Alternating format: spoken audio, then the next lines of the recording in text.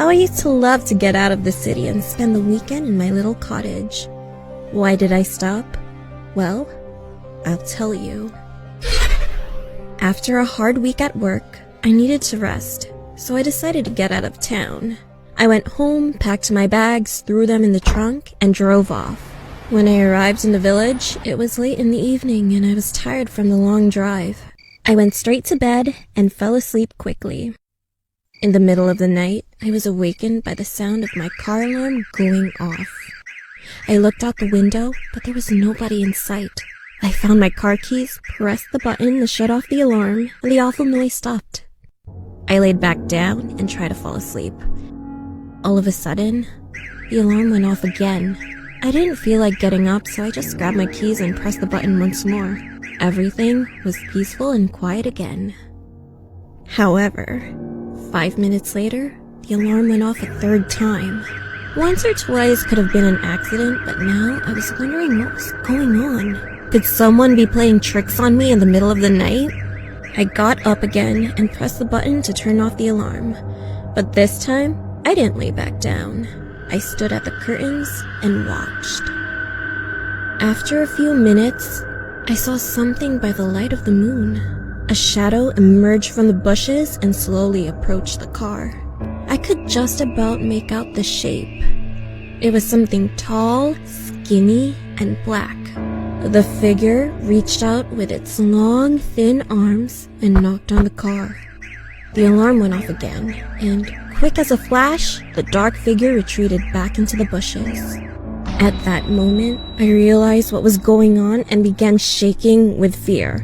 I turned off the alarm and continued to watch. The thing emerged from the bushes again, slid silently over to the gates, threw a hand through them, and removed the partition holding the gates closed. I was paralyzed with fear, and I couldn't move. My mind was overcome by panic thoughts. What was it? What did it want from me? What was it doing? Would it ever go away? A shiver ran through my body, from my head down to my toes. My mouth was dry and my heart was beating fast. I was so tense, I was gritting my teeth and clenching my hands into fists.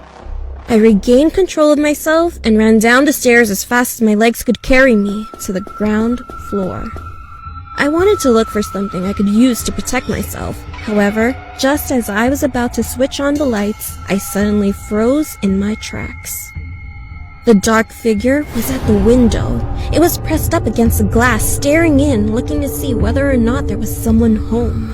I immediately ducked down behind the sofa and peered out. That's when I realized what all those tricks with the car were for. It was trying to lure its victim outside.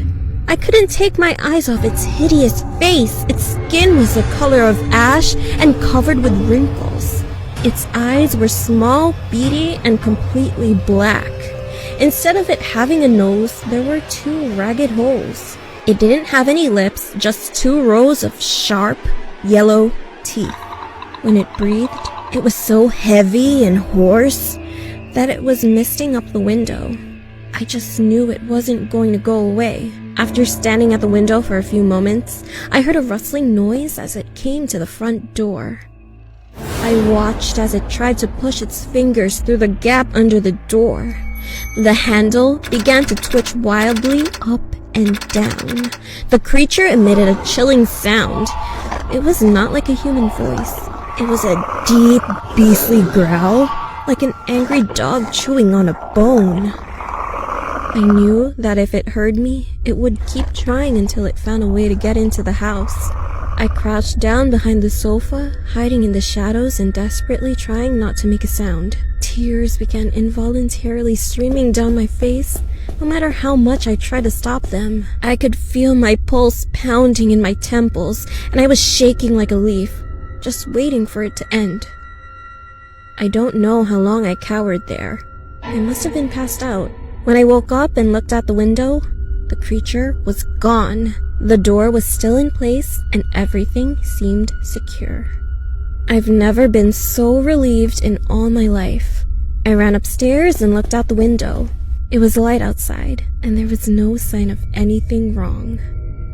Taking a chance, I grabbed my keys and without stopping to collect any of my things, I ran out to the car. I jumped in, locked the doors, and drove away from the village as fast as I could. I didn't stop driving until I got back to the city. When I got back to my apartment, I turned on the radio and heard a news report. The announcer said that, in the village, the dead bodies of 2 girls had been discovered. Their corpses had been mutilated and dumped in a swamp. I guess the creature found what it was looking for.